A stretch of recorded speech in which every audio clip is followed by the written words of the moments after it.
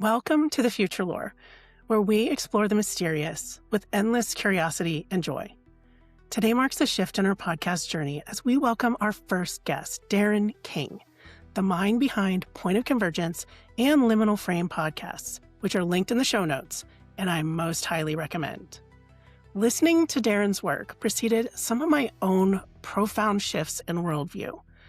He spent years at the intersection where the data meets the magic, synthesizing everything from quantum entanglement to ancient and non-dual traditions, along with a broad and deeper inquiry into NHI, or non-human intelligence.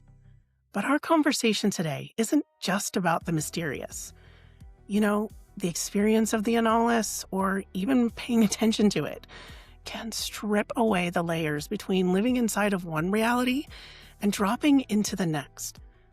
We're going to talk about how to find your footing when the ground beneath you starts to feel like a dreamscape. Here's where I ask you to like, subscribe, or follow, rate, and review.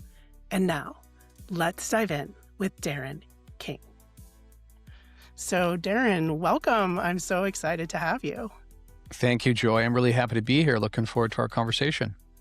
Awesome. So we were chatting just a little bit before we started, and I was saying how this sort of shift to the show is to start to talk about the experience, the actual experience of having a happening in your life that feels outside of the norm. This could be anything that someone would consider quote unquote paranormal or supernatural or even spiritual, or some kind of experience that you're one person before the experience, and then you're another person after the experience. Now, sometimes that can feel like immediately you have shifted. Something has changed, and it's big. And sometimes it feels like, wow, that was just something weird that happened, and you kind of file it away. And it isn't something that feels so important at the moment, but then later may come up. So that's kind of where I've been headed. And your work deals so much with the nature of reality, the nature of experience, so many different directions, a lot of them around NHI and UFOs, UAP, disclosure, that kind of thing. We also discussed as potentially sort of a gateway drug to more expansive discussions about experience and the nature of reality. So with that, I'll just hand it to you and say, are there any of your own personal experiences that you would like to talk about at first, or even just your thoughts? Yeah. This is always an interesting question when people ask me, because there's a plethora of options to choose from. And so I'm always sort of selecting amongst that. And I would also say it's interesting because as I live more life, I find that the things I encounter now and experience recontextualize things that happened much earlier. So Yeah. sometimes something might happen 2 weeks ago, and it gives me insight into something happened when I was 7 years old or something, which is fascinating and inevitably leads to this sense of enchantment about the nature of reality, that there's so Yeah. much more going on than we realize. And I end up realizing that there seems to be more of a setup than we sometimes realize, which isn't to say that it's outside of what I am, but I will sort of get to that in the nature of our conversation in terms of how I sort of experience myself as being distributed across different levels of reality. And I can tap into different components of that.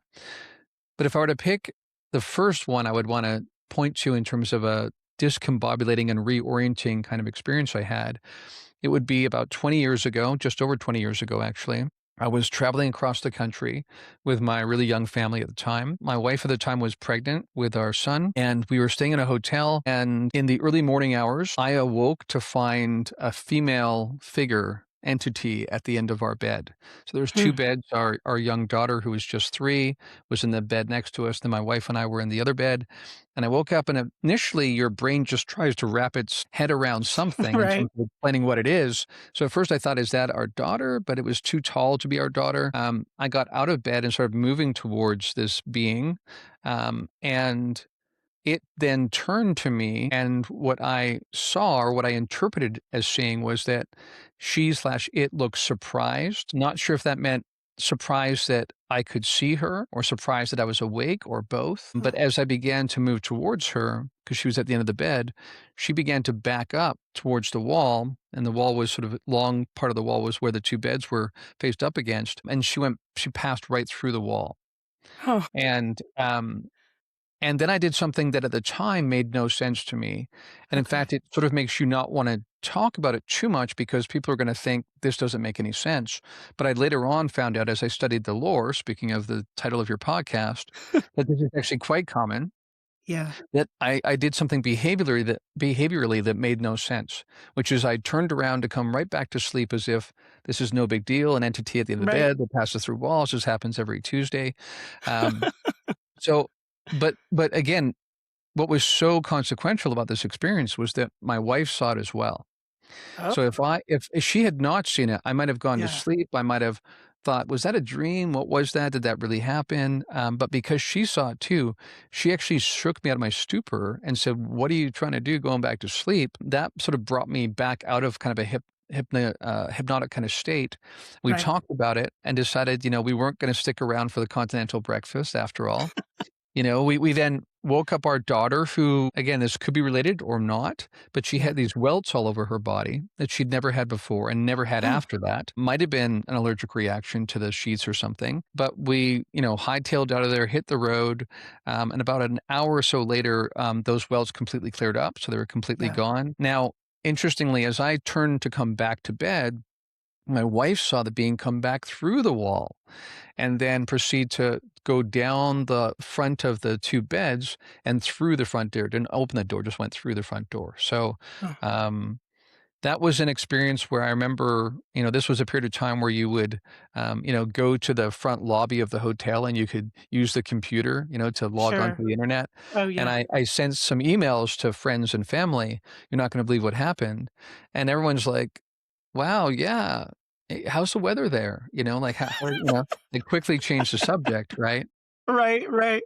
And, we called the front desk while we were on the road and said, "Do you guys have any history of having weird things in the hotel?" And the Yeah. girl at the front desk was a bit freaked out, but she's like, "No, not that I know of." And it wasn't like it was an old hotel or something. It was like, Okay. probably a hotel built in the 90s or something. So that was an experience where you don't know what to do with it. The Yeah. being looked mostly human, slightly angular in terms of facial features, but blonde hair. There was a couple elements that also didn't make any sense according to the way I understood reality at the time, which is Sure. that when my wife and I compared notes, she actually saw only from the mid part of the body up, like the legs were Okay. missing. Wasn't the case for me. For me, I did see legs, but it was a bit obscure what the body uniform or what she was wearing. I couldn't quite tell. It was a bit obscure, but we both Yeah. saw, this female head with blonde hair, but I saw the hair sitting still, hanging down to the sides, Yeah. whereas my wife saw it as blowing, as if there was like wind in the room, which there wasn't. So subtle differences, which again, later on when I studied the lore, I realized that does happen. Three people can have an experience, but they have slightly different renderings of that experience, and I use that word quite intently. There's more I could get to, especially about my understanding of the nature of reality much later, but I'll stop there in terms of an experience that, again, initially, I didn't know what to do with it. It wasn't until much later when I studied the phenomenon, the UFO phenomenon, that I recognized that, number one, humanoid and even quite human-looking figures are very common, actually. They're not always gray aliens. Right. And this behavioral strangeness, is quite common as well. Right. Yeah, it is so common that if more than one person experiences the same thing at the same time, or rather has an experience at the same time that it seems similar, but it's not exactly the same. That each person is sort of receiving the information somewhat slightly differently. Tell me if this is inaccurate, but it seems like generally the message is sort of the same, or the feeling is sort of the same, and the impression is sort of the same, but it's not necessarily the exact Right. same physical perception Right. that's Right. exactly the same. Yeah, which again raises questions about what is perception, right? And what Right. constitutes perception, and what's the difference between perception and reality, and is there a difference, and those kinds of things. Um, but yeah, we both sort of had the same kind of experience. We were both spooked by it, spooked more than fascinated. And I would also say that, and I think this is important to point out because I think this happens to a lot of people.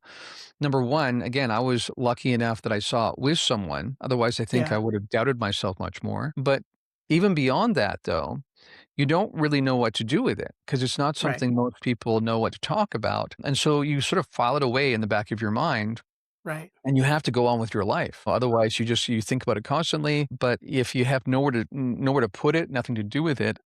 Right. And again, it wasn't until much later that I began to make sense of it in light of this larger lore.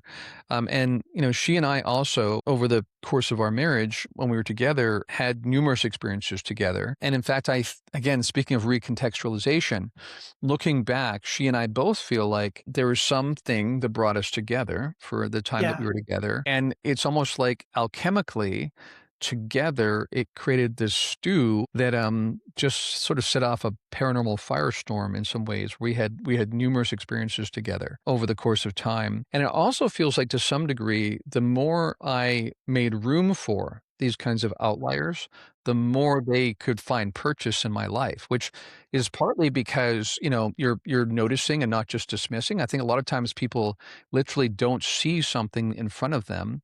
They don't note it because it doesn't fit with the paradigm they were taught about what could be. So much. Yeah. Right. Or they have cognitive dissonance, right? And they have Yeah. very good reasons to not want to think that's there because they might think they're crazy. But the more I recognize that reality is much stranger than we realize, and to a large degree, our perception again is filtering out more than it's letting in.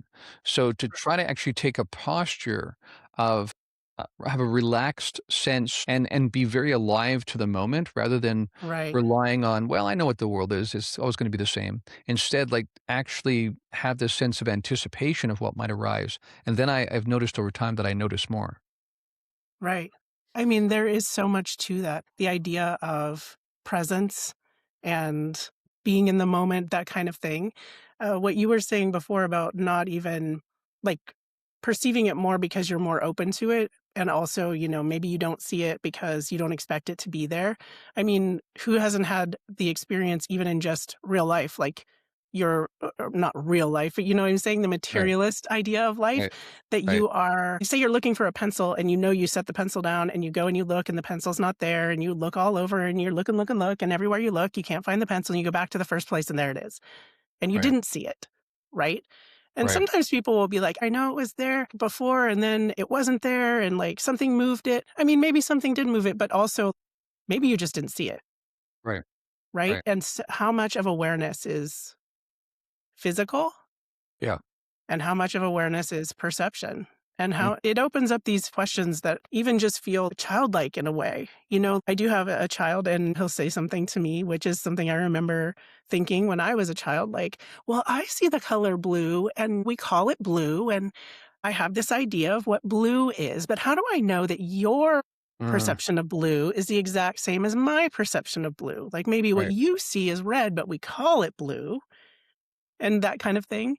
And it makes me think about what you were saying when you and your wife saw the same thing and you saw something, but you didn't see exactly the same thing. And Yeah. maybe that's just part of our natural experience as Mm. humans, Right. but Right. there's not really a way to even compare blue to discuss blue, right? This is and people like, Donald Hoffman and Bernardo Kastrup that, both tend towards an idealistic view of reality will make that very point, that any kind of scientific inquiry we conduct is going to be done through our conscious perception. So there's Right, no way you can eliminate conscious perception, right? And then say, what is it really like outside of that, right? We can't right, do that.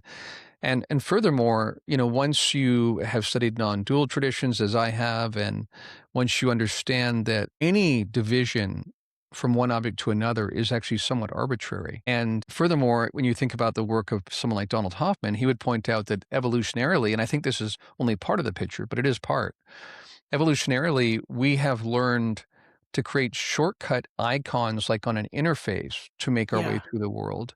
And that Sure. actually, when he's studied this and done the mathematical research, those who would have the most robust, detailed, exhaustive perception of reality would be swiftly driven to extinction because there's so much going on that you can't attend to what you need to attend to, and you get eaten by lions or you don't find food or whatever. So those people would have died out in the past. So we are the progeny of ancestors who developed these shortcuts kind of thing. So once you get to there, that's also a major shift that happens in your understanding of the phenomenon and paranormality in general, because you recognize that, and you sort of caught yourself when you said the real world, right? Right. Because we realize that we're not actually perceiving a real world. We're actually perceiving an interface with a set of icons that actually dumb down what's actually out there to make Right. us attend to what we need to, basically to perpetuate the species, to Right. eat, to sleep, like basic things, right? Just to get Right. us there. Survival. Yeah. And that's why it's also an interesting time to be alive, because I think as we move towards more of an embrace of something like an idealistic view of the world, then and because most of us are not running around in the jungle worried about lions at this point, we can actually purposefully design experiments to actually experience more things and perceive more things. And we're at the cusp of that with some technology now, ways that we can really fascinatingly, when you disrupt some of the electrochemical activity in the brain, people Yeah. become more psychic. Right? People perceive other things. And so, yeah, this question of, what is reality? What is perception? What is that intersection? And even to what degree are people experiencing different things based perhaps on a physiological substrate, which I would even then say that's downstream of something else that's more energetic. Because, when I studied, what I did was, when I was trying to make sense of what this phenomenon was and all the high strangeness, I started looking in other fields of inquiry, other sciences, to try to see if there's anything coming down the pipe there that might help explain this. And there was, because, for instance, you've got physicists like Nima Arkani Hamed saying that we know it's not a question, it's not a postulation. We know that space-time cannot be foundational. So foundational is, or space-time is a downstream rendering or an epiphenomenon of a deeper reality structure. Right. So at this point, I think this should be encouraging to experiencers, to people who've had these experiences, Right. because we no longer have to say the only way we know this is real is if it shows up here, right? And it shows Right. up for In a certain everybody. way. In a certain way, yeah, and so Right. it still shows up, but it's no longer the litmus test, right? Is whether or Right. not it shows up in space-time, and even the notion that space-time is the same. And to your point about colors, this is something I realized a while ago that was really interesting. There's a certain shade, actually, of color that only a really small subset of women can see. So Oh, right. no men can see it, and a very, very small percentage of women can see it. So that's an example. So to like, when you talked about your child's question about how do we know blue is blue and all that, yeah, this is absolutely part of it. And this is, again, something else that's fascinating when you think about it, because not only is what we perceive as reality actually a shortcut rendering, but on Right. top of that, we know there's many of the animal species that perceive much more of the electromagnetic spectrum than we I do. mean, so much. Yeah, yeah, I almost feel like if when my friends listen to this episode, they'll be like, "Are you sure you didn't talk to this guy before?" Because this is the kind of thing right, I'm always saying. I'm always saying like, "Well, right, the mantis shrimp, and we know that it has these because of the structure of its eyes. We know mathematically that it can see millions and billions more colors than we can, right, and that right, doesn't mean that." The mantis shrimp is some kind of paranormal being. It just means the mantis shrimp has a perception that can see more than we can, right? yeah, And birds and bugs and other animals can see the UV spectrum or the infrared spectrum. And just because we can't see it with our eyes doesn't mean right, it doesn't exist, right, right? right, And right. just because I can't hear a radio station in my own human ears right now doesn't mean that's not playing either. Exactly. Yeah, and when you start looking at, like, again, the implications of what has been discovered through quantum physics, for instance, something like entanglement, which basically demonstrates a couple things. Number one, that distance, space are not really real, Yeah, because you could have two entangled particles on opposite ends of the cosmos, and right, they will simultaneously reorient based on what the other one does. So not only are they connected somehow when there's no apparent physical connection, but we assume that when something somehow responds or corresponds to something else in space, it has to send a signal. Right. And we assume the signal can only be sent at the speed of light. That's as fast as it can go. But this is simultaneous regardless of distance, right? And this is where the notion of non-local consciousness even comes up. So we know that space and time are not real the way we think they are. They are rendering in a way that we experience them that way, but that's not the way ultimate reality is. And once you start paying attention to the evidence coming from astronomy and neuroscience and physics, Right. suddenly what has been considered an outlier, right, Yeah. paranormal, suddenly Right. doesn't isn't seen that way. Yeah.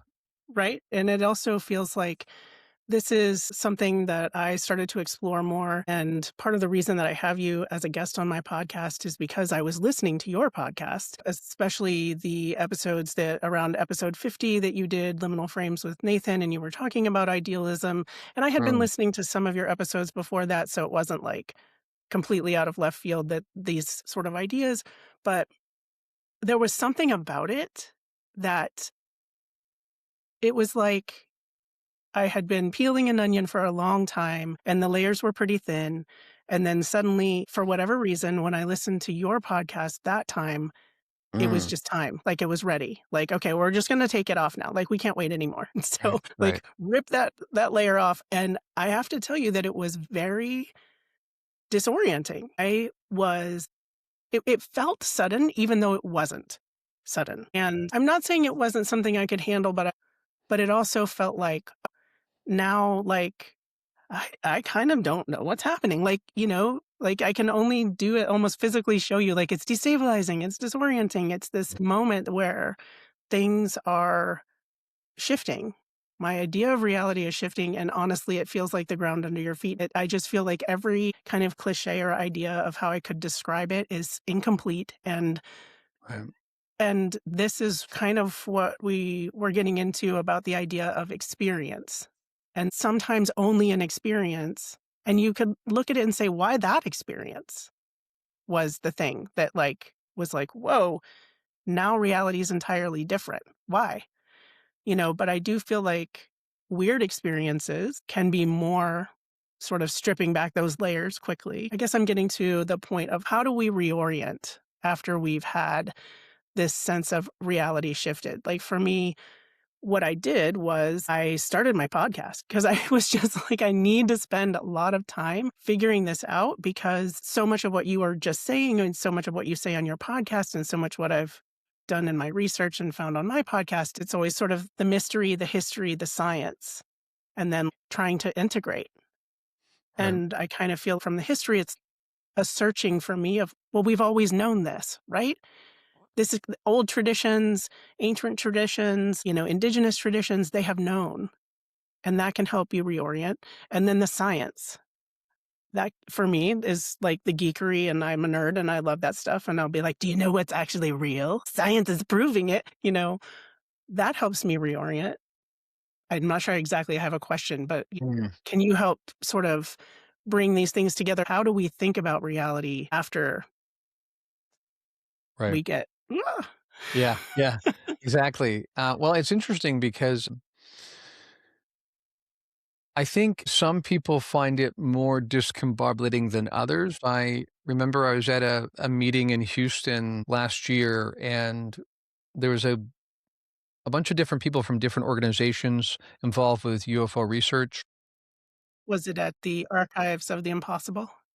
Yes, there was a meeting that happened while that was going on. It was a separate meeting with a group of different organizations and people that are academics, as well as, the Galileo team was there, and different academics like Jeffrey Kripal were there, and I was there. And we were talking about the nature of reality, and there's a certain subset of that group of people that were there that are still fairly physicalist, right? They're looking Yeah. like astronomically, where are these things coming from? Like they believe Right. that things are happening, but they still think in terms of space aliens. And I'm not saying that's not part of it, but it was very clear to me that they were missing an entire swath of what this is. And I remember looking at Jeff at one point, and we both were like, "Wow, yeah, there's big pieces missing here." So at one point, I just felt the need to sort of speak up and say, "Okay, but this is going on, and this is going on, and this is related to this, and this is going on over here." And you sort of realize some people go, okay, interesting. And they kind of, metabolize it. Other people don't know what to do with what you just said.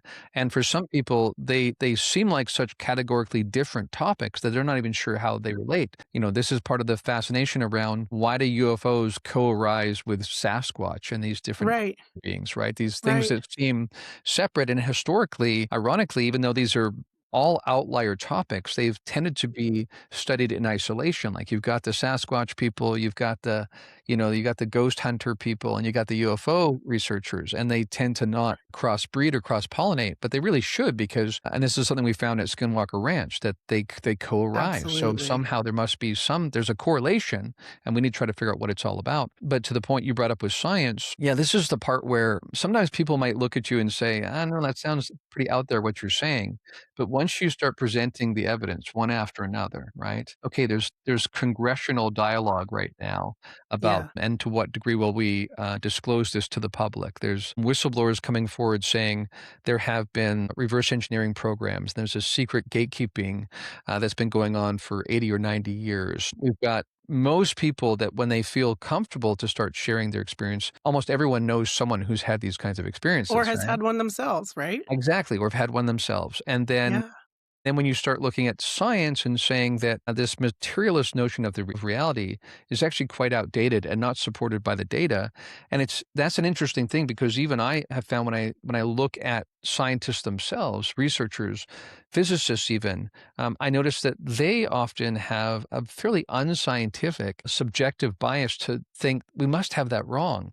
That can't be true, right? Quantum entanglement can't be true. Distance must be real. It's not even distance that gets unmoored by this, but even the notion of local realism goes out the door. Like, and then people look at you, you're saying reality is not real, and not exactly, not the way we thought it is. So, Right. so then, this is something I'm discussing in this book that I'm writing right now. You start looking at the outliers, what we've considered the outliers, right? Right. Psi phenomena, Yeah. NDEs, OBEs, contact with beings, all these things, and you start recognizing they are actually pointing to the way reality actually is versus how it renders most of the time, right? And Right. to me, that is where the really fascinating research goes.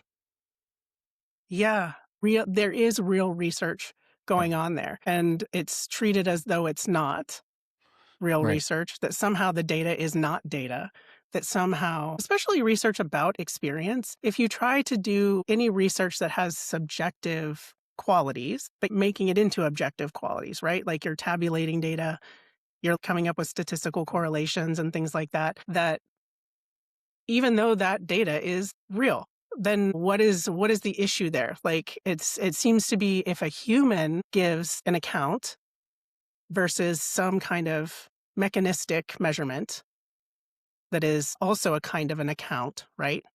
That you can observe, then those two things are both an account. They are both an observation. But the human is always assumed to be the unreliable narrator in some way.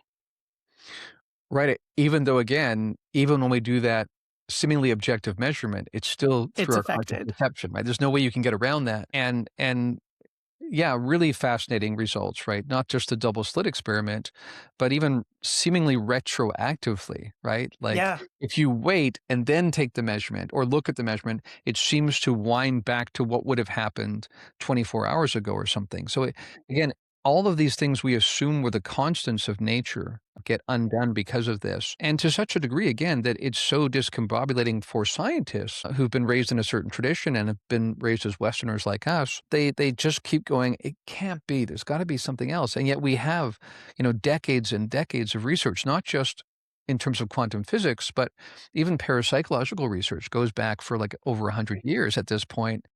And there's a consistent signal from psi that shows up over and over and over again. And yet you still see this, again, what looks like an unscientific, biased perspective that it must be poor measurement or bad protocols or something. But even when you do meta-analysis across many different experiments, you find it's just as strong. So again, to me, what I would say is that most of the time, most people are walking around with a certain downstream reframed notion of reality. But what all these data points are pointing towards is the fact that there's a leakage coming through from the way things actually are prior to the re-rendering and perception. And furthermore, you can again do things to encourage that kind of perception of the deeper reality. So in my case, the second major shift in terms of reorienting my understanding of reality, after I had these accidental, things happen to me, I actually developed protocols that allow me to what I say, exit the construct of space-time.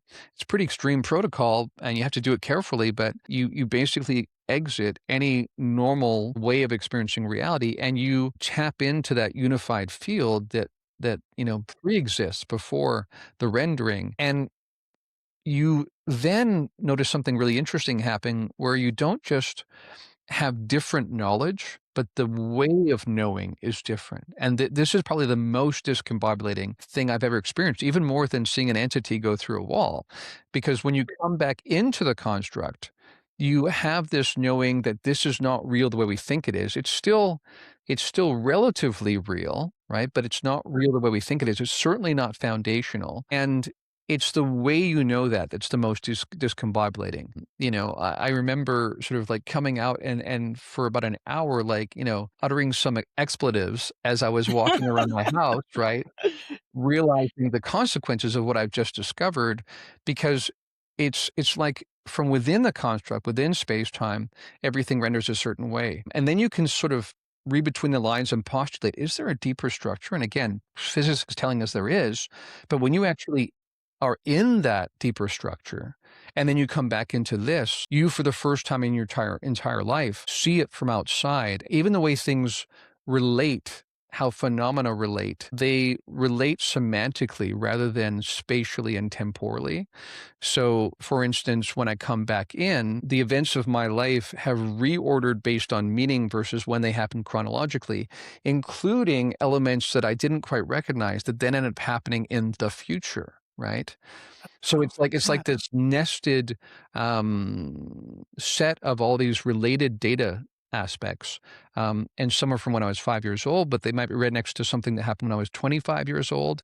And then there's something else that is connected, but I don't remember it. And then it happens like 2 weeks later. Right. So that tells me that in some way, all of this pre exists somewhere. But even to say, so you're saying time is already finished is the wrong way to look at it because you're still thinking in terms of space and time. And this, I think, is one of the bigger challenges in terms of communicating it to people. And you talked about like when you experienced this personally, you kind of have to go in layers and you have to Yeah. metabolize one layer before you can go to the deeper layer. Right. But I have found that ultimately it's incredibly liberating, actually, and enchanting. Right. It re-enchants Yeah. reality. It liberates any fear you have. One thing that really was clear to me when I came back was recognizing that I am not at all this, right? This is just a Yeah. downstream rendering of something that's not rendered in space-time at all. Therefore, can't die, can't be destroyed because it wasn't really created to begin with. It's the underlying substrate prior to space-time. When you recognize that and you come back in, you realize very really that this is much like a dreamscape, is what it's like. Yeah. Just a long-running dream that we're having together. It's meaningful, it's purposeful, but it's not any more foundationally coherent or permanent than the dream I had last night. And so you come back in and you go, okay, so I want to spend the rest of this dream doing the things that feel the most compelling. I'm not going to orient by fear because fear is just ripped out from underneath you because what is there to fear any more than something that happens in a dream and you wake up 10 minutes later? Right. I mean, that is just so incredibly profound. It also is like, this is your whole life and you're so in it, right? And so different than the standard sort of life that most people are living on the planet, right? A sort of completely different perspective, a completely different approach, entirely a different base, a fundamental, foundationally different way of living than most people. You were talking about your protocol. It's quite intense. And then you're kind of leaving the construct entirely, coming back with this experiential knowing, right? That is so incredible. And at the same time, sounds somewhat terrifying in a way. Sounds like incredibly liberating, totally liberating, and also really terrifying. And so when we were talking about like the layers, right? the layers and the layers. You're just preparing and sort of reorienting slowly. And then sometimes an experience will come along and that is more sudden. Like you were talking about, like coming back and being like walking around like expletives, expletives, expletives. Like even for you, it's like, what? Like, how do I, like, if that's true, if this is what it really is, then what? Right? Even for you in that moment. So for the standard listener to think about or to consider and feel about their own experience and their own knowing. Because this tangent kind of goes all the way back where we started was you'll have an experience and it will give you a different understanding of knowing. It's so hard to even talk about in a way because it's the same word, right? Well, I knew it before, but now I really know it. I often will talk to people about this. I'll say, well, I had an intellectual understanding that, yeah, like everything's connected, you know, Right. everything's the same. We're all like one and non dual, and that, and you have this understanding, and it kind of doesn't matter how deep your intellectual understanding of that goes or your intellectual acceptance of that goes. And then there's some other level that's sort of like a surrender. You know what I'm saying? Yeah. Like you, Yeah, and I'm glad you brought up knowledge and knowing because you're absolutely right that, we in any language have to choose amongst a few pretty blunt edge symbols, right, when we're right? communicating, right? It's And like, how do you know? It's, I just know. yeah, yeah, and so someone will assume when I say I knew something that it's like knowing that 2 plus 2 equals 4 or knowing that the sun will rise in the morning, but it's not that kind of knowing. It's actually, this is where I've used this word gnosis to describe. Yeah, It's because from that non-dual perspective, again, not deducing or inferring, but because non-duality means that everything is one unit of field actually. The appearance, the experience of separation is an illusion, right? And right, so when you are experiencing reality as that oneness, then to know is the same as direct personal experience. So if right. someone says, I have a stomach ache, well, how do you know you have a stomach ache? Because I can feel the pain, like it's direct, right? It's a physiological thing. It's kind of like that, but even deeper than that. It's not cognitive cerebral knowledge at all. And so again, that's why I really stress that and this is something I really wrestled with for a long time because I realized I didn't have the language for it. We don't have the language for what I experienced, where you come back in and you're like, how is this thing I know like 100 magnitude compared to everything else I know? Like it's not just Exactly. knowing, but it's a knowing at a level that undoes everything else or contextualizes everything else. It's the foundation from which everything else builds upon. And it's because, again, you're actually, and this is the part that's discombobulating, but again, also incredibly liberating.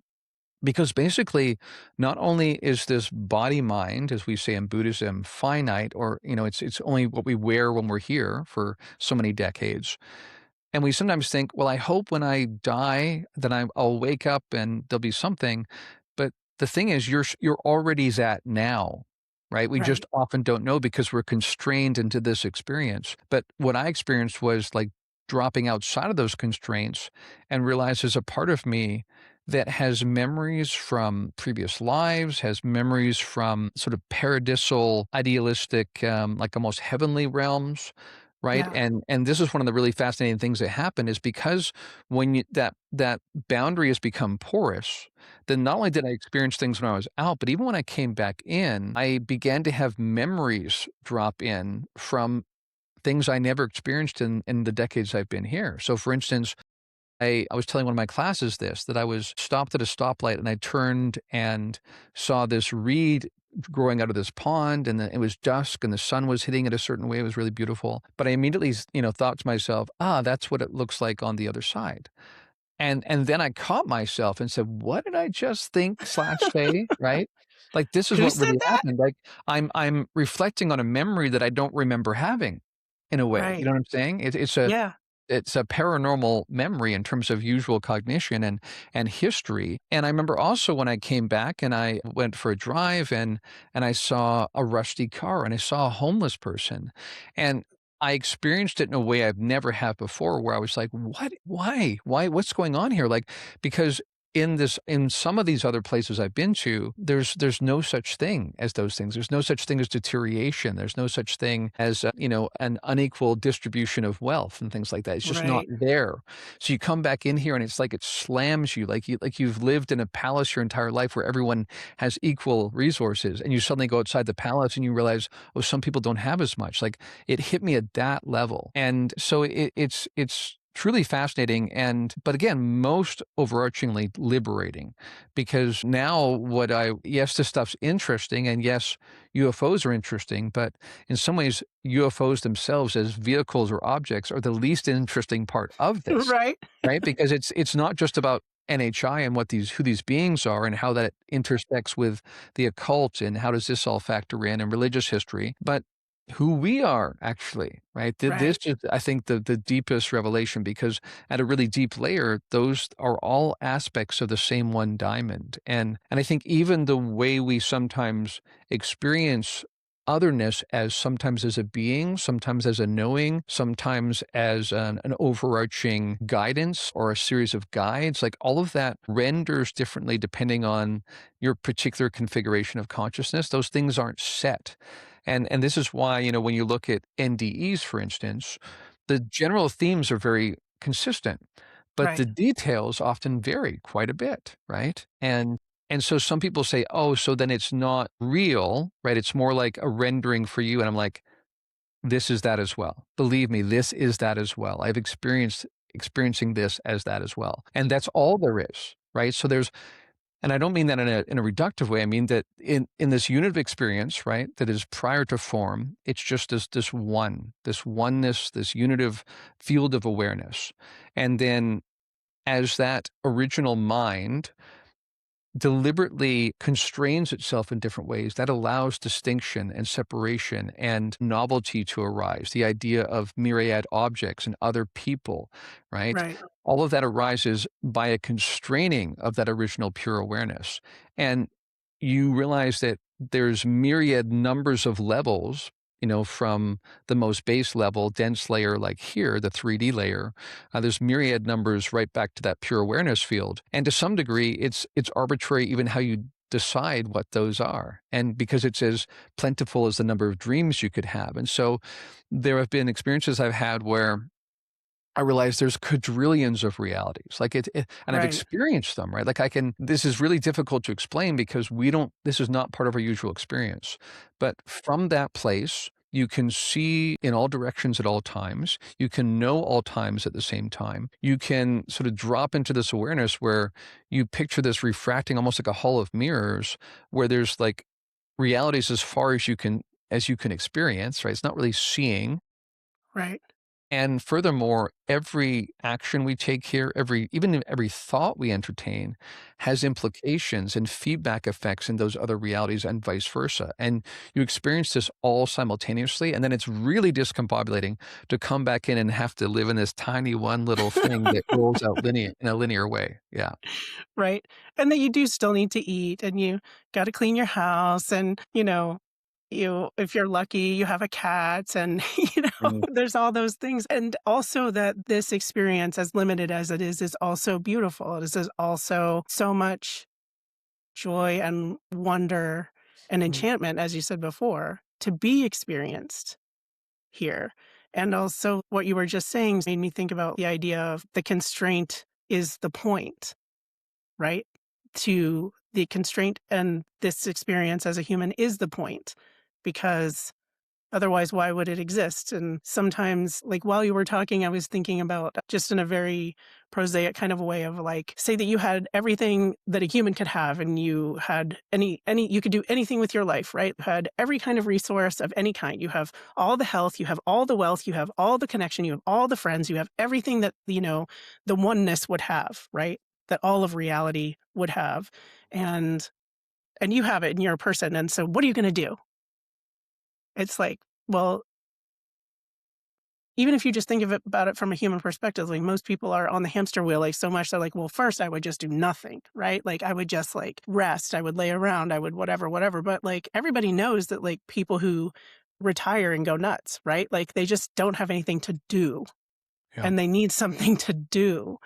And constraint of life, even constraint of life as a human, you can see like where there's beauty in that, right? People will say, well, this is my purpose. Well, a purpose is a constraint. Even if you find so much growth and connection and wonder and abundance within that constraint, it's Right. still not just sitting around going, well, I guess I'm everything right now. Yeah. I mean, in other words, for any experience to arise, there has to be constraint. Because without constraint, there's no differentiation. And to your point, what it really comes down to, and this is again, I understand why it's hard for some people to kind of postulate how this would be, but when you have the pure potentiality of every possibility, it actually in itself is kind of boring, right? Because Right. you don't you don't get to really experience anything pragmatically. It's more like rich potentiality. Now, I do want to say that there is a certain way that you experience that reality that is incredibly profound. And the way I often describe it is it's, if you want to describe it as an experience, it's the experience of not even the possibility of lack. Mm. Like it's not really bliss. That's sometimes Hmm. the word like in Hindu or Vedic kind of philosophy, we talk about bliss. Hmm. But ironically, bliss is only really understandable in light of like agony or the opposite of bliss, right? Like Right. Right. Like a it's all about this euphoria. continuum. Yeah. And so it's not really bliss in that sense, but it is bliss-like, neo-blissful in the sense that, or pseudo-blissful in the sense that for the first time in your life, you don't even know what it's like to imagine something missing or even the possibility of something missing, right? Because this is something Buddhism talks about. There's a couple different kinds of suffering. You know, there's suffering from the things you want and don't have, and then there's the suffering from the fear of loss of the things you do have, right? Right. And the impermanence is what this reality is about. This reality and some people might lament that, but again, this is just one downstream tiny refraction of a hull of mirrors that you get to experience. And from that perspective, the limitation is what creates the spice, right? Because it's sort of like saying, you know, I want to have Mexican food today, Chinese food tomorrow, you know, Indian food the next day.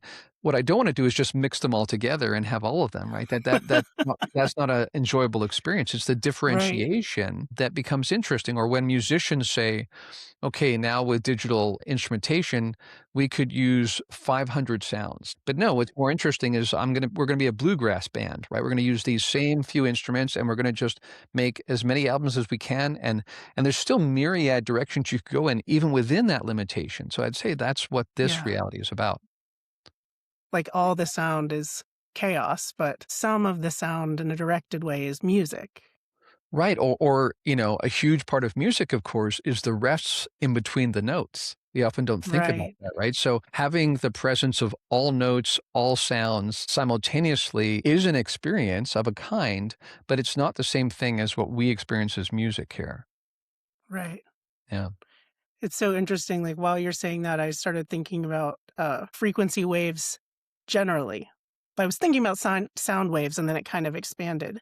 That any wave, in order to be a wave, has to reach the top and the bottom, at that point where it's switching and then Right, it's going like back down and back up. right. But there's that full potential constrained within the Yeah, wave of the node or right, any and it frequency. again, it's because of the way the experience tends to render here, we think about, "Oh, no, I'm getting older, I'm gonna die," right? But that's just the crest of one wave, right, that inevitably picks up somewhere else, and it's actually a multidimensional wave, you know, this is definitely talked about in non-dual traditions, this sense that, um, you know, you can't really talk about any experiential quality without talking about its contrast. That's the only Hmm. way it actually has a sort of independent meaning is because of what it's in contrast to.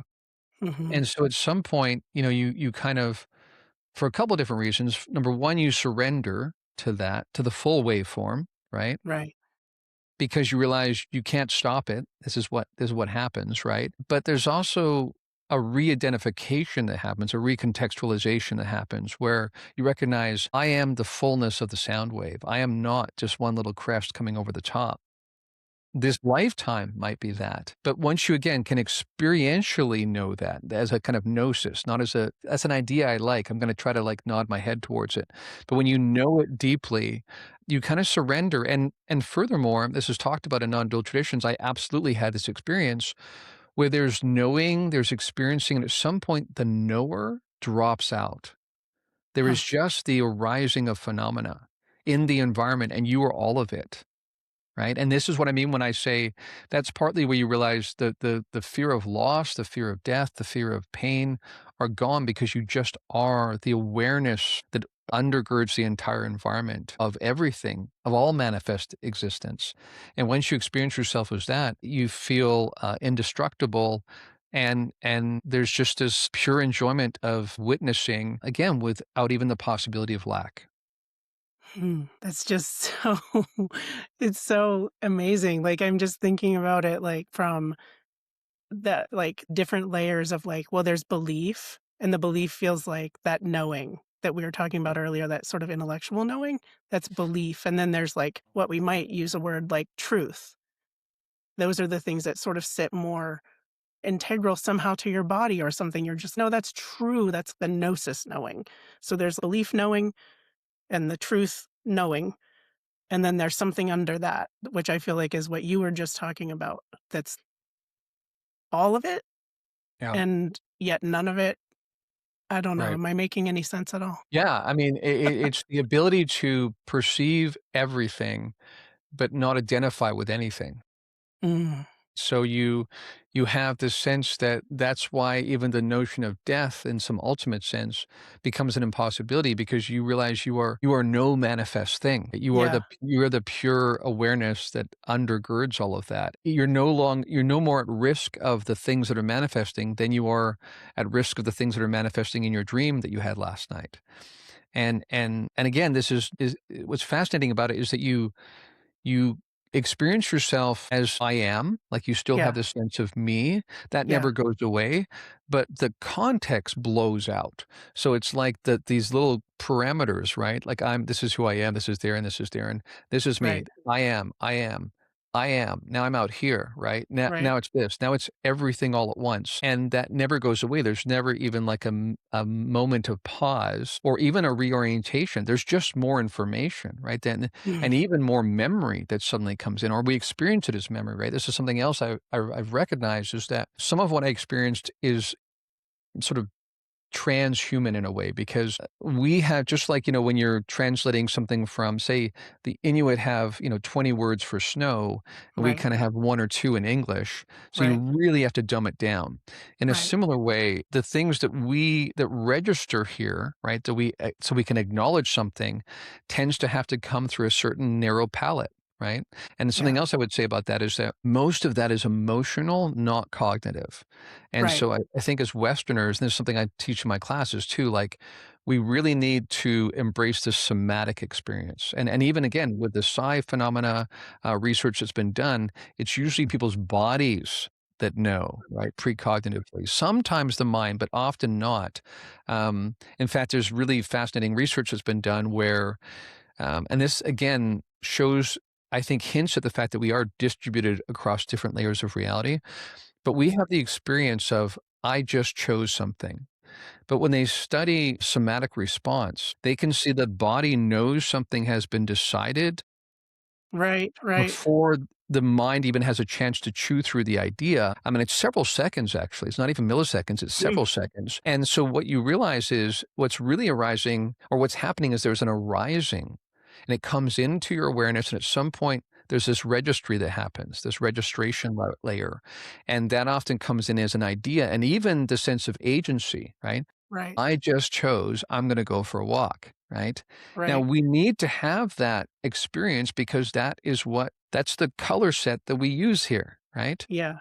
But when you really pay close attention, when you drop into deep meditation and also just even empirical results we can study in science now, it's clear that this is an arising coming from beyond the frame altogether. And Mm, so you can get both experiential understanding as well as empirical evidence pointing to the fact that this is just a narrow transducer, right? Like, so the mind more like a transducing of like a radio station that you said earlier. And it no more destroys the music than like killing the radio or the ghetto blaster or, your MP3 player isn't going to hurt the radio wave that's like non-local. Right. And it doesn't change it at all. It just receives it Right. and transmits it to you in a way that you can understand. Right. It makes Right. me think about the diagrams that I've seen of like the electromagnetic field of a human and how it's sort of torus shaped, right? And it like comes from Right. the heart and it comes up and around. And the idea that possibly if that's true and that's how reception is happening through our bodies and the somatic experience, it's entering through the heart and then it takes a little bit to get up into your brain, right? For the Yeah. sort of conscious knowing that we would call conscious because it's the intellectual knowing, even Right. though there is a somatic knowing ahead of time, sort of Yeah. what you're saying. Yeah. I'm loving this whole discussion so much. I also did think of a question, and it's kind of a big one and sort of in a different direction and sort of thorny. What came up for me was that there's a lot going on with NHI. People are saying there's going to be disclosure, whatever disclosure may be, right? But it does feel like there's a lot of information that's coming out into our awareness right now about reality, about the structure of reality. And when I say not just the structure as far as physics or molecules, I'm talking about the structure of power, the structure of culture, the structure of how all humans are relating on the planet and how just life, how things get done, right? It just feels like, wow, we're getting a lot of information right now that's not even necessarily what quote unquote would be disclosure and from the UFO perspective, right? But what do you think about when disclosure happens, if disclosure happens, what is that? How is that functioning within people and within the culture and within the global perspective? And so that's, a very small Mm. question, but Right. Right. just wondering your perspective on it from the lens of our whole discussion, because if you start with a perspective of receiving information that you thought was just not possible, maybe this whole reality isn't what we expect. And then you Yeah. receive information that kind of confirms that because now there's some government official and standing at a podium and saying, reality isn't what you thought. What do you think?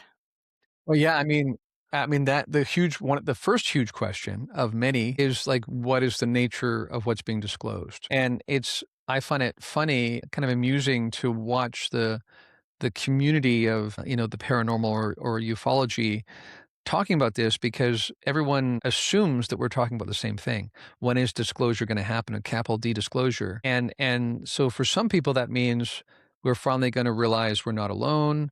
We're finally going to realize we're not alone and they're here. We're finally going to realize, we're not alone, they're here and they're interacting with us. It gets increasingly consequential. But then as I say, one of the things that's really interesting, and this is something I'm going to cover in a POC episode coming up this weekend, is how one revelation inevitably bleeds, like there's a porous outline to it and bleeds to the next consequential matter, where you'll get some people consistently saying within our culture, which has a large Christian focus or a Christian background, there's still a lot of Sure. people, percentage-wise, who are raised in evangelical or slash fundamentalist circles, who will knee-jerk react by saying this is demons.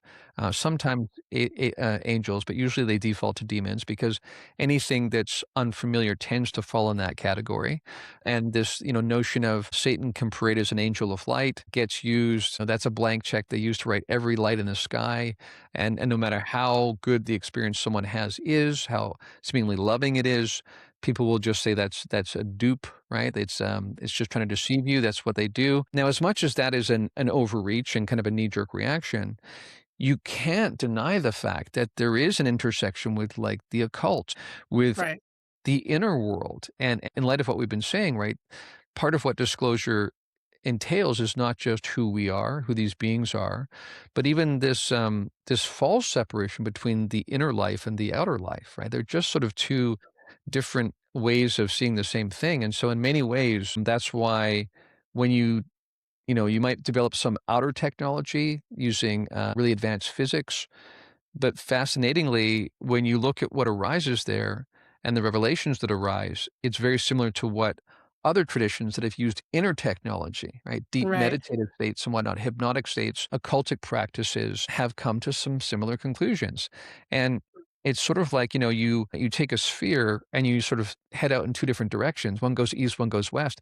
Inevitably, they meet on the other side at some point, right? That's what we're finding. And so I would also say too that definitely disclosure is a process, not an event. Right. And I would say that the process is well underway and has been underway for quite a while. And it is accelerating, certainly, when we have congressional committees happening at a level where it took maybe 50 years to have one or two. Now we're having, a couple a year kind of thing. And some people I know, like Eric Davis, who's fun to talk to, when he gets in front of these Congress people and will say, yeah, grays, reptilians, mantis beings, he starts naming the beings. And you can see the Yeah. look on some of these Congress people's faces because now we're going from something that is somewhat palatable, which is that, okay, the universe is big, there must be life out there, to okay, there must be other kinds of intelligence.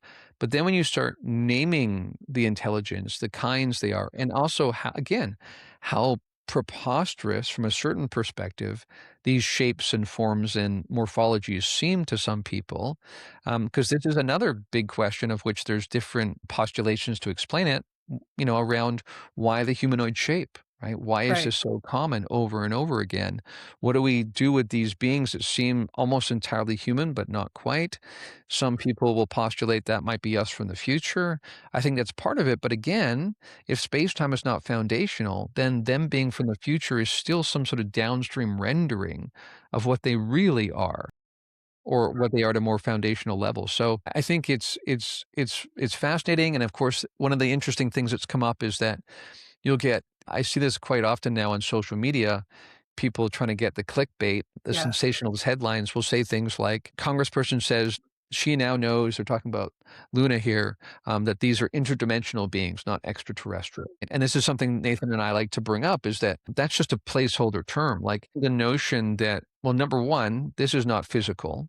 Ultimately, it might seem that way, but that's just the way it's the experience of it. And so not only is this not physical, but because materialist scientists have wanted to say it is, one of the ways they've made sense of how fine-tuned this seems for life. It seems almost like it's been created for Yeah. life, or host life. They'll postulate, well, maybe there's myriad numbers of physical universes, and we just, of course, happen to spin up in the one that is conducive for life. But there's many that don't have life. But that's all a wild postulation. It's an abstraction. We don't have any empirical evidence for those things. So when people ironically try to pair together some notions of reality with the evidence of the UFO phenomenon that seems much stranger than just space aliens, what people default to is, well, they're extra dimensionals or interdimensionals. But again, that begs the question, what does that mean? So this intersection between culture, our scientific understanding of the world, the way that's shifting, and the nature of the phenomena that's so diverse that creates a really interesting possibility space that we're seeing unfold. Right. Right. That is what that's where I'm at. There is a congressperson talking about interdimensionals. Yeah. So already, like you're saying, disclosure is happening. It's already happening. Yeah. It's not going to be one event and Right. that's disclosure. You find out everything at once, right? But even her saying interdimensionals, some people are going to they're Right. going to have to reorient their Right. reality around that. So as we are entering a time where this feels like it's accelerating and this information coming into our awareness, how does one reorient once those layers of the onion are being removed one at a time? You can handle it, but how do you deal with those moments where it's just hearing that and making you go like, whoa? Because like when I was listening to you speak to Nathan about these ideas about idealism, it wasn't like I had a paranormal experience, but it kind of felt like I did in a way. Like Right. my feeling afterward is the same sort of feeling that people describe having after having an experience where, oh, I saw something that shouldn't have happened. And then you just don't know what to do with it. It Mm. was the same sort of post experience. Mhm. Mhm. How do Yeah. we integrate? What do you recommend? Right. Well, I mean, one thing I would say that sort of became clear to me when I was outside the construct and came back in, because again, you start recontextualizing the events of your life, you start recognizing that certain energetic themes you've always felt have come in with you. And so, one thing that's clear to me, and this somewhat, I think, again, as a downstream correlation, right, shows up in some of the physiological substrates, some of the genetic patterning that relates to anomalous cognition and anomalous perception. So, in other words, some people with certain genetic traits tend to disproportionately experience these things we tend to call the paranormal and whatnot. Now, again, I think that is just, again, at the registration layer. It's going to look like a certain pattern in the brain, right? I don't think it's actually causing it, right? And Donald Hoffman, again, cognitive neuroscientist at University of California, Irvine, will say that to his colleagues. They're like, "Yeah, I love what you're doing," and he kind of realizes they're not getting how consequential it is. He's like, "I'm Right. saying your neurons are not real." Right? That's an appearance, you know? Right. And for a cognitive neuroscientist to, like, hear that from one of their colleagues, it's a bit of a shock Right. to the system, right? But, Bernardo Kastrup, will say the same thing, but he's coming more from the philosophy perspective. But he would say that the things we're seeing are more like the dashboard dials, right, and levers. Like you're in a plane and you're moving dials, but that's actually just corresponding to something that's happening out in the air. And sometimes you'll even say if it's a storm, you'll have to fly by your dials and look at like, the graphs and things like that because you can't see.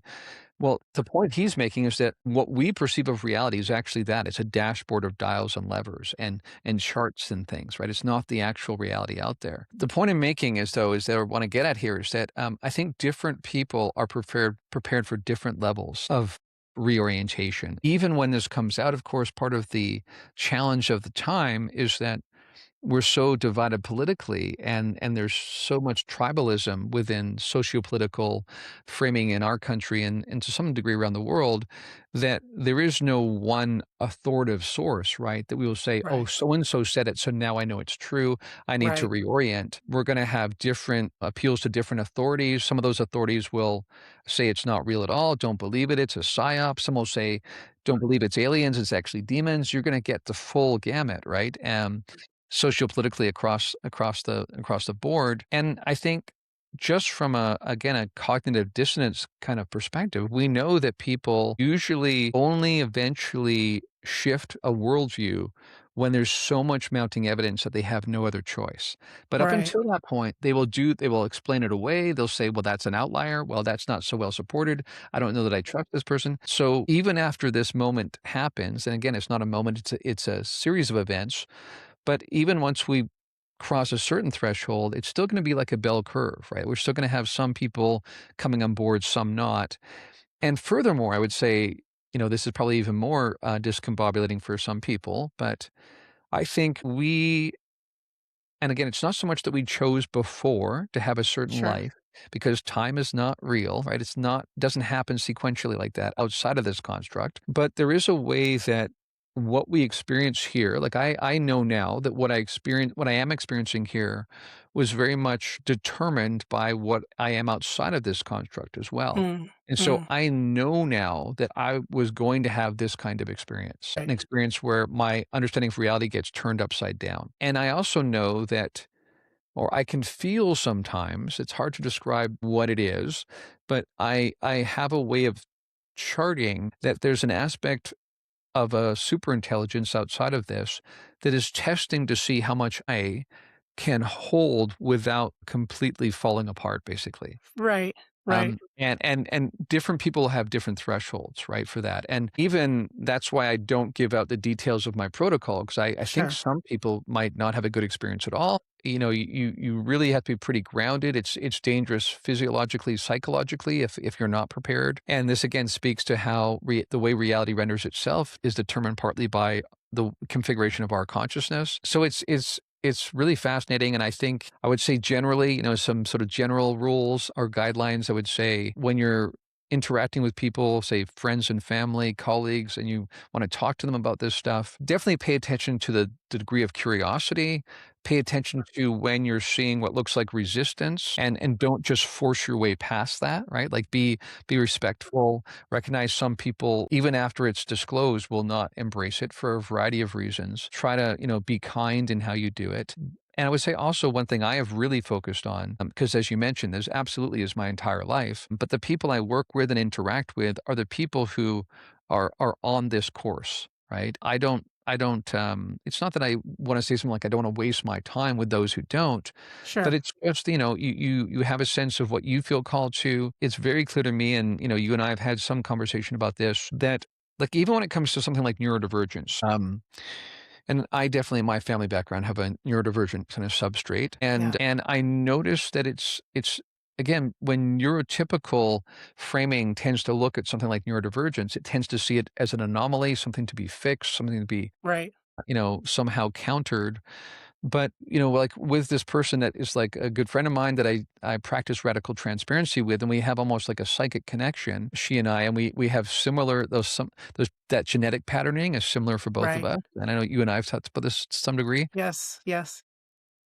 And so the way that we will know things, once you really slow down and you start paying attention to how you know it, it's not through any of the usual means that we think it is. So even when you think about disclosure, I think another outlier element that's really interesting is that I think humankind is changing. Like humankind has always been evolving, but I think the explosion of neurodivergence is actually related to this different way of rendering reality. And that is being to some degree seeded and managed by a super intelligence that's outside of this particular frame, which ultimately we are not separate from also, right? Because we're distributed across different levels of reality. Because when you recognize that everything, everyone is arising from that unit of pure awareness, then again, any distinction you make, which then they can be helpful to distinguish sometimes, but you do agree to some degree, you do understand that to some degree it's arbitrary.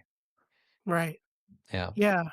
I was thinking about that earlier when you were talking about the idea of reality, how large it is, and that we have all these filters and that's how we survive, right? Neurodivergent people are known to have perception that is more open, right?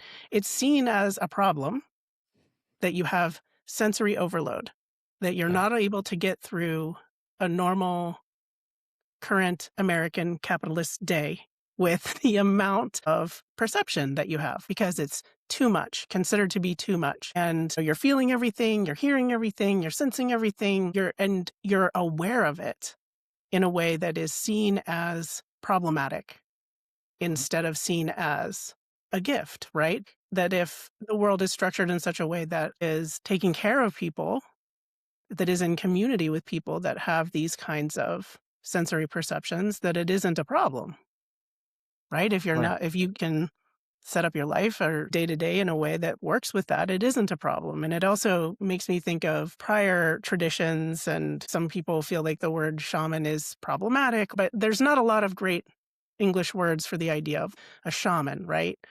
Or like a spiritual person that has a certain job, but that job is not going out and hunting, that job is not cooking, that job is because they have this other set of skills and awareness. That felt like it kind of all dovetailed back Mhm. almost to where we started. Yeah. Yeah, and ironically, though, the shaman may not be in charge of going in and hunting food, but what he perceives with his anomalous cognition might tell the Oh, right, tribe, "Go west because that's where the food is," right? right, So it's actionable intelligence. It's not just, "Whoa, I have these fun trips, these fun journeys." Like it's right, and when I, use this protocol, which I did as recently as a couple days ago, you actually can perceive the future and it helps you decide which direction to go. So I often describe it to people as and that's a very shamanic way of perceiving and navigating the world. So I describe it to people because again, it's not usual kind of knowing. So it's not going to translate to something someone go, "Oh, okay, now I know what you mean." But I right. can I can sort of point into the fog and say it's like this. It's sort of like, when you knock on a wall and when you get to the stud behind the wall, right? It Yeah, sounds different, right? There's a yeah, different resistance than when there's just like empty space. So when I'm tuning into what I should do in the future, that's what happens. It's like tapping a wall and going, "Ah, there's something there." That tells me that there's a probability range that is worth exploring. Where if something feels kind of vacuous and empty, I go, that I don't think there's much resonance there. And again, people might go, well, this sounds like magical and mystical. And it's like, no, that's just the way reality actually is, right? It, Right. we are, we are rendering things in a certain sequence, in a certain order, but the whole thing already interrelates as a coexistence, right? And so there's ways you can experience that. And the other thing is too, like as another example, of like a modern shamanic kind of perspective. I have a friend and a coaching client who works in data, right? So I often find that people that have this gift do really well with data because Yeah. even with this Pattern vast matching. troves of data, they can intuitively feel patterns in the data, right? So, and that's Yeah. definitely the case for me. And for him, he works in the oil and gas industry for like this large corporation that makes decisions, like multi-million dollar decisions about where deposits of fuel and things are, and for him, he uses anomalous perception to intuitively understand relationships, and then sometimes has to wrestle with, "How do I translate this so in the board meeting they know how I know this?" But they Right. know that he does know it, like, demonstrably, it's been helpful for that corporation, right? Right. And so and up until now, we've had to sort of like translate it in kind of a clunky way to something that, say, neurotypical people can understand. I'm not trying to like, make this a black and white thing. I think there's a range of cognition and perception, but sometimes it does not fit the usual patterns, the neurotypical described patterns for how something can be known at all. And again, ultimately, when people go, I'm not sure if I believe in this magic mumbo jumbo stuff with shamans and everything. It's like, it's not magic mumbo jumbo. It's the way Right. reality actually is. If you really wrestle with that, then look at the neuroscience research, look at the astronomical research, look at the quantum physics research, and you'll realize that it fits remarkably well, comports remarkably well with ancient non-dual framings of what reality is itself. Right. Exactly. Yeah, Mm, that's kind of been my whole show so far. right. Right? You take the old, the ancient, and you take the science and you say, look, it does all line up actually. And I was thinking too about your friend and how he's looking at vast troves of data, right? And kind of feeling the pattern in it. And what came into my mind is the idea of a dowser, a physical dowser who goes Yeah. out and has a Yeah. stick or has a feeling to find the well, to find the water. And it's very Right. similar, right? But it's just a different set of data. Either you're Right. out in a field or you're out in a field of data, like all this data, but it's all still data. Right, and so it's interesting because, I have a background in software engineering, and I began to recognize these parallels between some of what I was doing in that field and what I'm realizing about reality.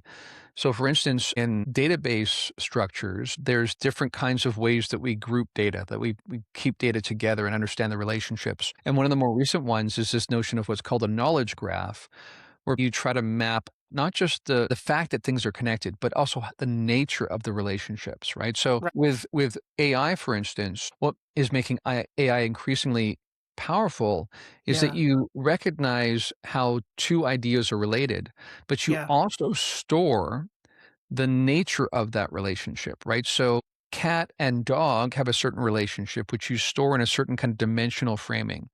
Right.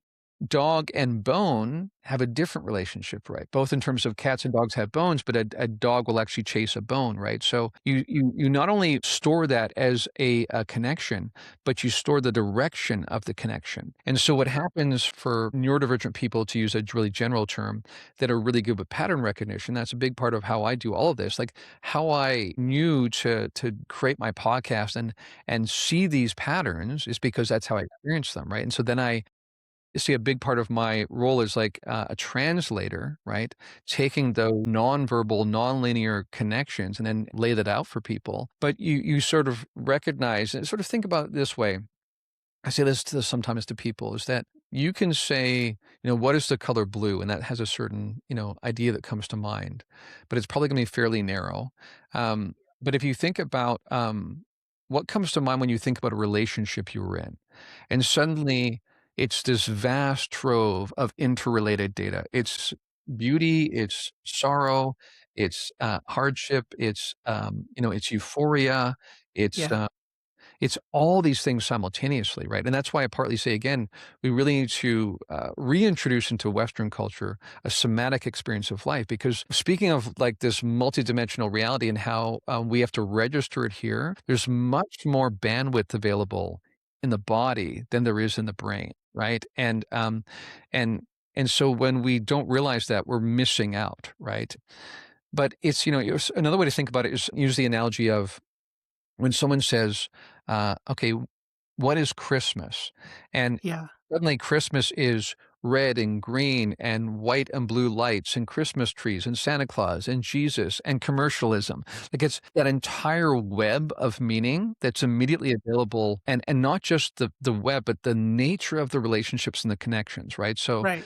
this is what the pattern recognition's like. And so you can experience something and not just go, that's a post, but suddenly all the ways that post relates to all this other kind of information, and you can know all of it simultaneously. So yes, that ends up, to your point, being framed as overwhelm, right? Like too much Right. information. Right. You don't perform well in an assembly line kind of culture, Right. right? Right. We just do one thing repeatedly. But I think what's happening again, and I think this is partly a fine tuning of our civilization from this sort of meta intelligence, is that as there's more and more of us that perceive the world that way, then it will no longer be neurodivergent at some point. It will begin to Right. approach neurotypical. And then the world we create will reflect that way of knowing and being. And I think because there's a greater emphasis on authenticity, it's much harder to like just double down and do something because you make money from it. It's harder to experience that way because you experience the fullness of the implications of what you're doing. And so I Right. think it will actually create a more just and compassionate culture ultimately. And I think that's kind of where things are going. That's part of disclosure in the Yeah. big picture too. Oh, I think that's so beautiful and exactly where I would love everything to be headed. Mhm. And I really think that's actually probably a good place for us to close our discussion because Beautiful. it's ending on a really beautiful note. Mhm. Really. Well, thank you so much. I can't even express how much I have appreciated this discussion. And is there anything else you would like to say? Yeah, well, just that I've really appreciated the conversation too, and the nature of the questions, and I'm able to go in what I consider more interesting directions when I'm talking to someone who also has some of this anomalous perception and cognition, and is already themselves putting together some of those relationships. So for me, this is the most interesting conversation to have, and I hope we have more of them as a general society because that Yeah. helps speed up this transition we're going through. Well, I will say that's definitely the case. I hope we have more discussions like this as a society. And with that, we will close. And this has been first of many interviews to come for the Future Lore. And thank you so much, Darren. Yeah, you're so welcome, Joy. Great to meet you. And yeah, I'll look forward to doing it again sometime. Awesome. Thanks. Okay. All right. Okay, wow. So this has been the first of what I hope will be many interviews on the Future Lore. And I couldn't have asked for a better guest than Darren King. I hope these conversations help us metabolize the shift toward a new way of being. And as we close, hold on to this. The construct that we live in is meaningful, but it isn't foundational. As Darren reminded us, you are the awareness creating the environment and can choose to engage with an enchanted reality.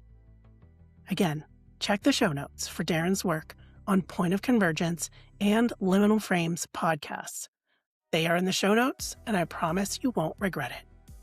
I hope you notice the studs behind the wall of your own reality this week. And remember, you are far more powerful, far more strange, and far more connected than you've ever been told. Let's keep exploring this wild unknown together. Please support the channel. Drop us a like, subscribe, and hit that notification bell on YouTube. Follow, rate, and review on Spotify, Apple, or wherever you listen. Want even more? Visit thefuturelore.com to join our free community and find all of our official links, which are at The Future Lore with no spaces everywhere. Thanks again for tuning in, my loves. I am so lucky to be here with you to embrace the mysterious and stay curious.